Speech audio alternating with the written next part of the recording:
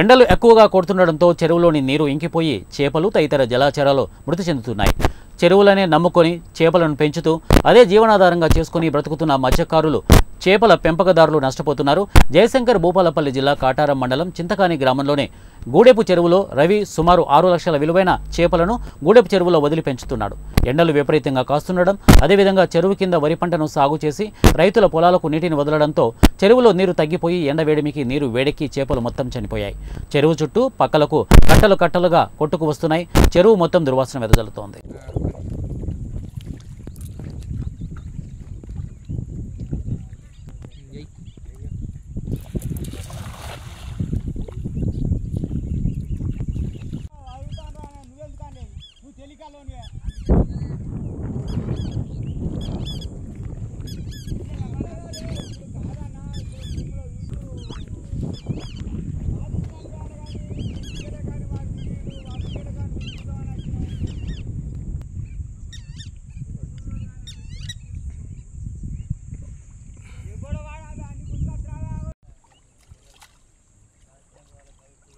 ఇంతకుముందు బాగా ఎగిరినాయి, అవన్నీ ఇప్పుడు చచ్చినాయి. ఇవన్నీ చచ్చినట్టే.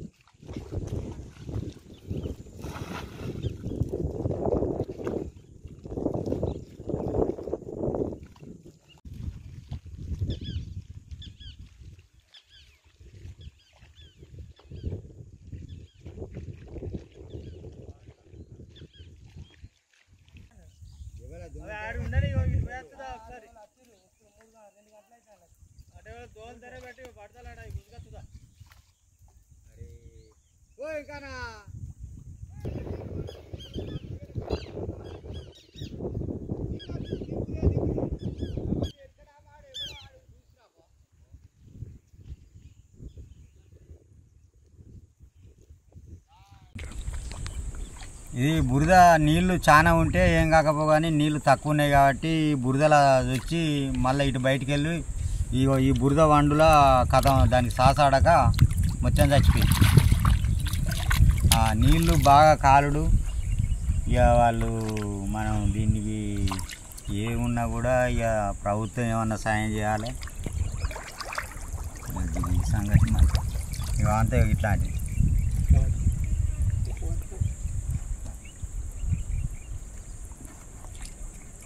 అంతా ఇంత ఉన్నది. 9 నెలలు ఇచ్చిర్రు నాకు చెరువు. సీడ్ పోసుడు వెనక కూడా అయింది. వాళ్ళు చెరువు ఇచ్చుడితోనే నేను సీడ్ పోసిన. చేప పిల్ల అంతా ఇట్లా గింతే పెరిగింది. ఇక ఆకండి వర్షాలు కొట్టలే. మాది రేగొండ మండలం బాగిట్పేట గ్రామం. అయితే నేను ఏమైనా కూడా మాకేం భూమి జాగలేదు. మాకు కుల వృత్తి ఇదే కాబట్టి చెరువులు ఎక్కడెక్కడ ఉన్నా కూడా మేము చూసుకొని ఎక్కడ చెరువు ఉంటే అక్కడ పట్టుకొని పైసలు గ్రామ పంచాయతీ ఉంటే గ్రామ పంచాయతీకి కులపొల్ల అయినా కూడా కులపొల్లకి ఇచ్చుకుంటూ మా కులపొల్ల అయినా కూడా మా కులపొల్ల పట్టరాని వాళ్ళు ఉంటే పిలిచి మాకు ఇస్తారు చెరువులు. అట్లా మేము ఇక్కడ గ్రామ పంచాయతీ చెరువు ఉన్నదంటే వచ్చి అది సింతగాని గ్రామం గూడెం చెరువు. అయితే ఇది గ్రామ పంచాయతీగా ఉన్న చెరువు అంటే నేను వచ్చి దీన్ని టెండర్ వాడి 1,70,000కు టెండర్ వాడి పట్టినాం. టెండర్ వాడి పట్టి ఒక 4,50,000 రూపాయల సీడ్ వేసిన. అవి 2 లక్షలు, మొత్తం 6 లక్షలు 7 లక్షల నష్టం జరిగింది.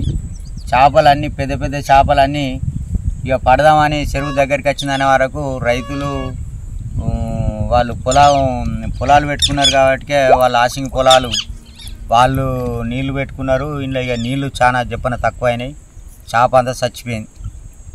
మాకు ఏమన్నా ప్రభుత్వం ఏమన్నా సాయం చేయాలనేది అనుమతి తీసుకుంటాను అంతే.